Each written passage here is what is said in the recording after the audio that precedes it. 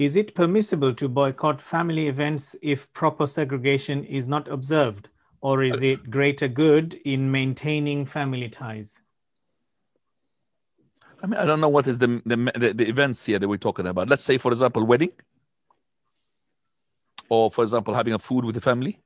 Segregation, I don't understand the word segregation. Because people think that, see, let's see that I am with my family. My father asked me to come with me, my wife, and my brother and his wife, and the other brother of mine was with his wife, and the other sister of mine with her husband, that we can't sit together and eat. That's incorrect, ya ikhwana. It's incorrect that the girl has to be together and the boys. It's not incorrect, ya akhi. At the time of the Prophet and the companion women, the wives, used to eat with the guests, as long as there is no together on their own, and there is no exposure of the awrah, and there is no touching. These three things have to be observed. Number one, no sitting on their own. Number two, no exposure of the awrah. Number three, no touching.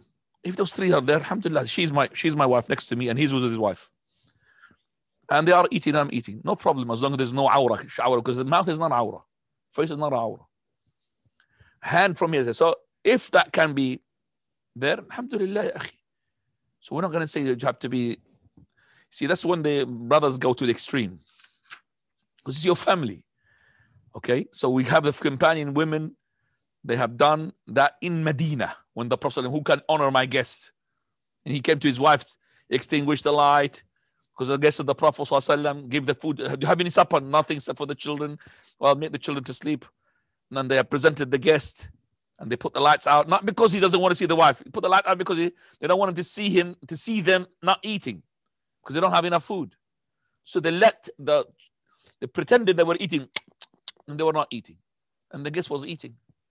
So the segregation here, I have to understand what segregation do they mean about this? Okay, Subhanallah. When it comes to the family, the segregation, I want women, no women, and then when she comes to the market, doesn't she mix up with other people, ya akhi? When she goes to the shop with you, and she goes with it, and she's even sometimes she bargain with the man, and she haggle him, for bargain. How much are you going to give me this? So that is halal, but to sit and to talk to her brother-in-law while her husband is there present, and there's no mixing up, is haram. Subhanallah, what is this? I feel that this is a double standard here. Okay, so as long as these three things are bearing in mind, number one, that is no seclusion. That they mean they're not on their own.